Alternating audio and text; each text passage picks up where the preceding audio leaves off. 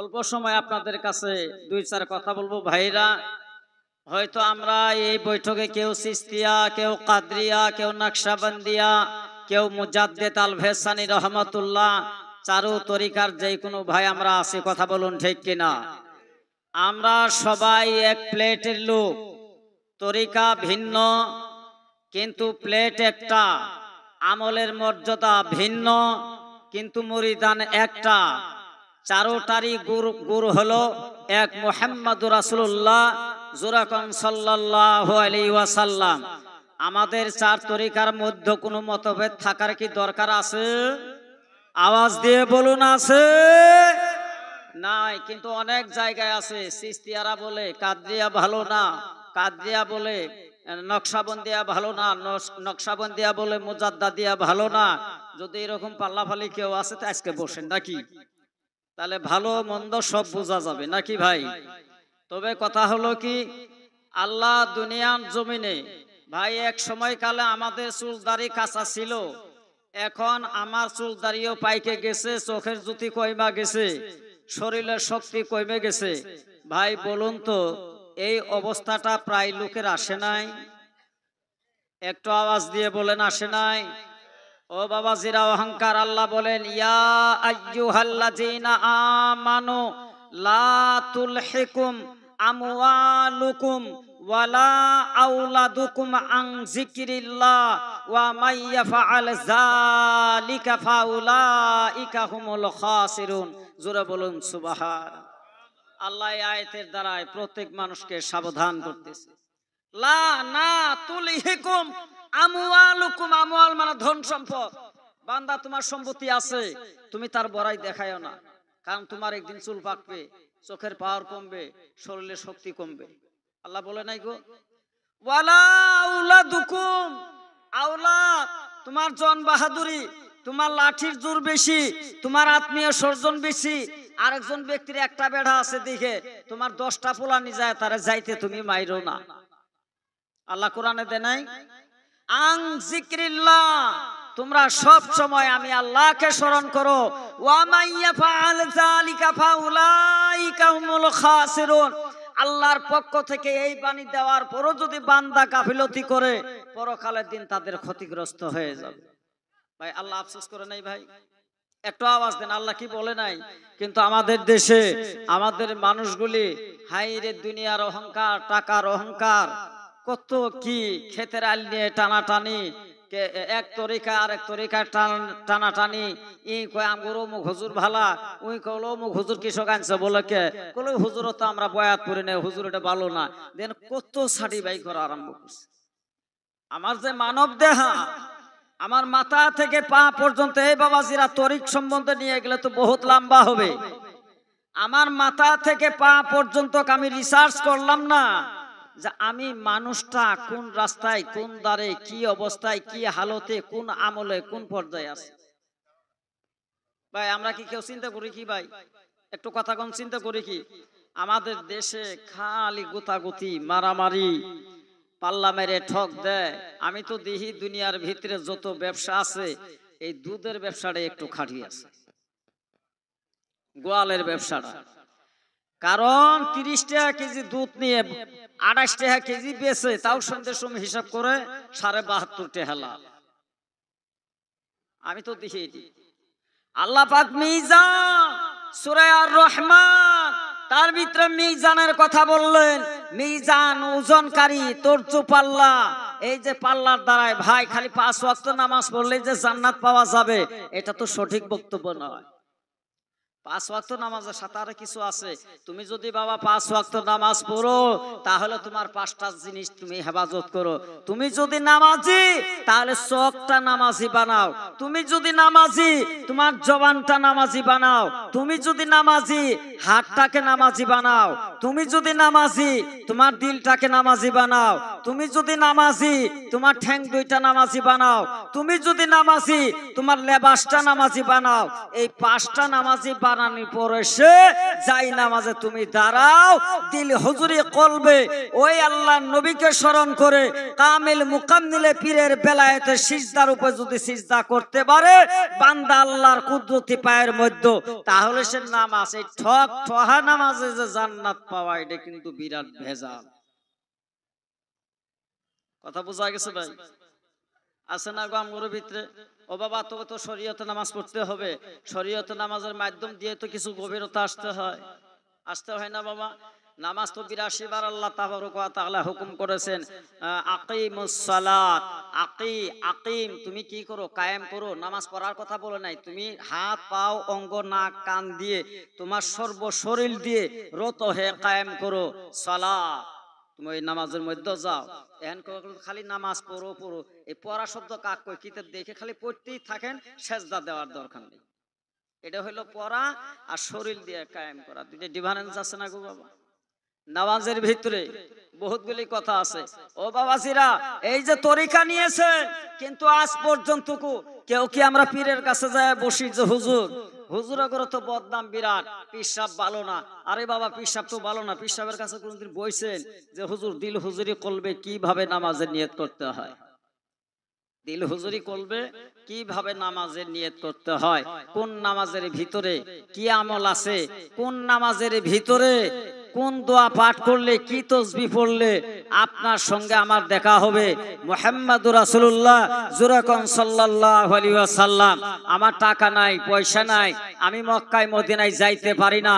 আল্লাহ রাসূল বলছেন যে 4000 মুজাজার ভিতরে সালাতের মধ্যে উম্মতের মধ্যে আরেকটি মুজাজা আছে, যেই সালাতের মাধ্যমে, যেই তরতিবের মাধ্যমে আমি নবীর সঙ্গে উম্মতের দেখা হয়। জোরে বলুন সুবহানাল্লাহ।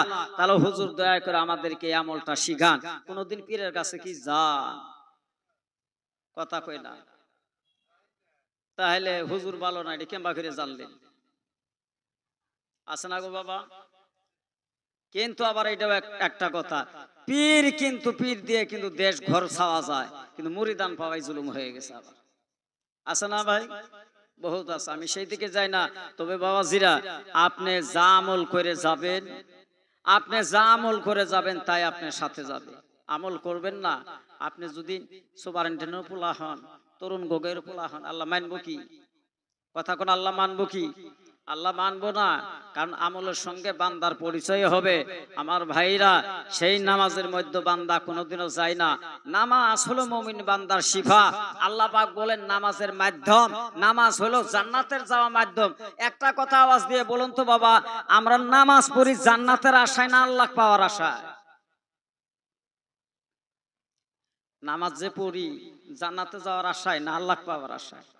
একটু আওয়াজ দিন। আমার সাথে কিছু হা হু করেন, নাহলে না আমি বসে যামগা, এবি বাঘ বাড়াইছে আর বাহিজলা পড়ে যামগা। নামাজ যে আমরা পড়ি আল্লাহকে পাওয়ার জন্য না জান্নাত পাওয়ার জন্য? হ্যাঁ, কারেক্ট অ্যান্সার। যদি আমি বলি যে জান্নাত পাওয়ার জন্য নামাজ, তাহলে মালিক যাই তাই যদি কই যে তোরা আমি জান্নাত দিব না, আমি তোর উপর খুশি নয়। স্বামী যদি বইয়ের উপরে খুশি না থাকে, বউ যদি নিতে গেলে গয়নার আশা করে কাম হবো কি? এই বাবাজির, আমার ভাষা বুঝেন নাই? বইয়ে যদি কয় যে আমি 14 খান গয়না নেবো, চাই স্বামী দেখ আর না দেখ, ওই বউ কিয়ামত পর্যন্ত গয়না পাবো কি? পাবো না। আর যদি স্বামী খুশি থাকে,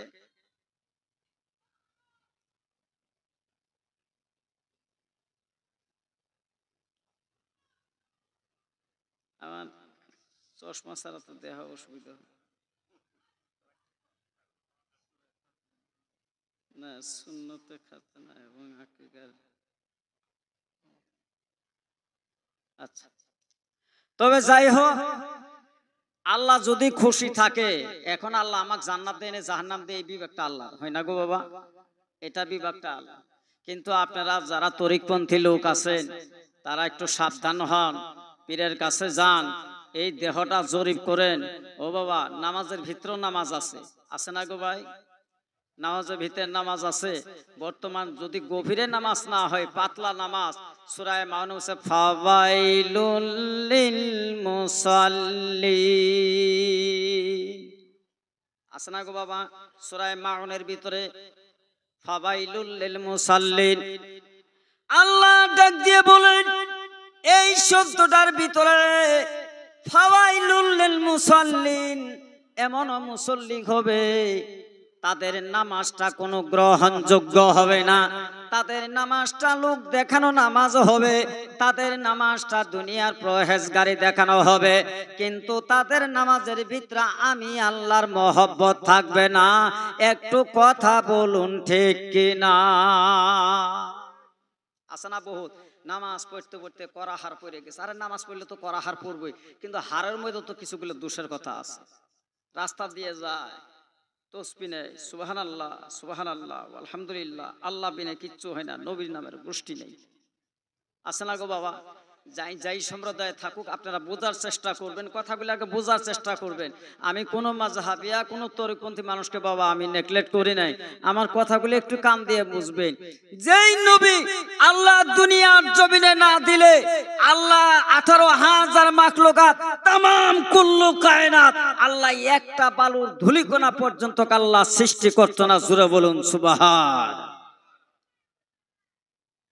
আল্লাহ নবীকে জিজ্ঞাসা করা হলো, এক সাহাবাই জিজ্ঞাসা করলেন, ইয়া রাসূলুল্লাহ, নবী এবং রাসূল দুইটার মধ্যে পার্থক্য কি? আর আপনি যে নবী হয়েছেন, এইটা কখন থেকে আপনি নবী হয়ে গেলেন? আল্লাহ নবী বললেন, ও সাহাবা শুনে নাও, আদম আলাইহিস সালাতু ওয়াস সালামকে যখন কাদা মাটি গইলা ছিল, 8টা জায়গা থেকে মাটি নিয়ে এসে আদম নবীকে মাটির ছানা করেছিল। জোরে বলুন সুবহানাল্লাহ।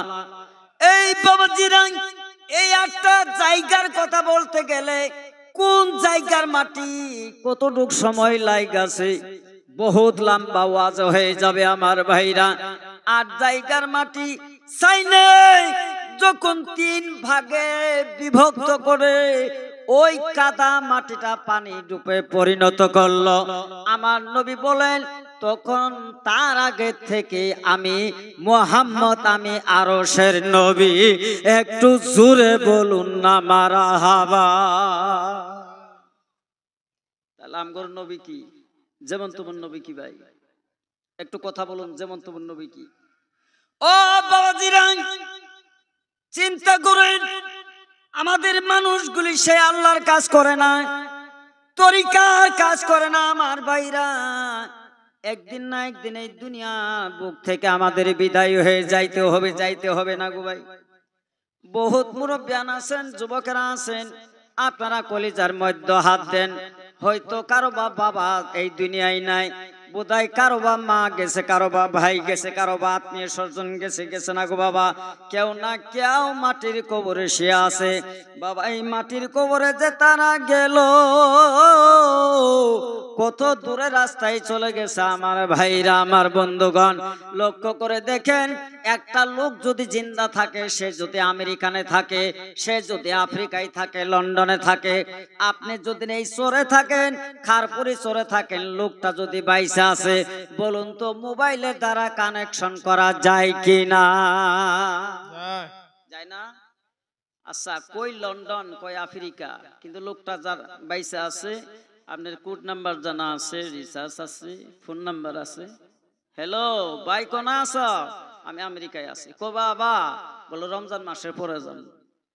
ও বাবাজিরা, এইখান থেকে আমেরিকা বেশি দূর না আপনার গ্রামের কবরটা বেশি দূর? কোনটা দূর বেশি?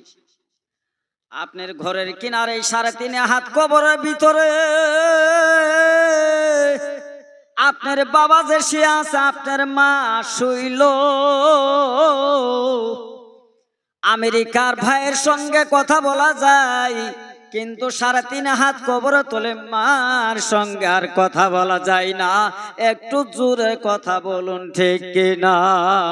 ঠিক। এই মার সঙ্গে আর কথা বলা যায় না। তাহলে চিন্তা করুন, তাহলে আপনি আমি এই মাটির কবরে যাইতে হবে কিনা ভাই? মাটির কবরে যাইতে হবে। কি দেবে?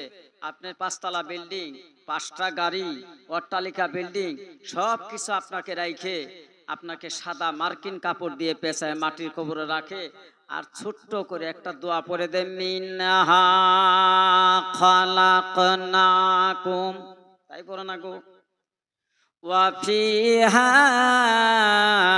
নুঈদুকুম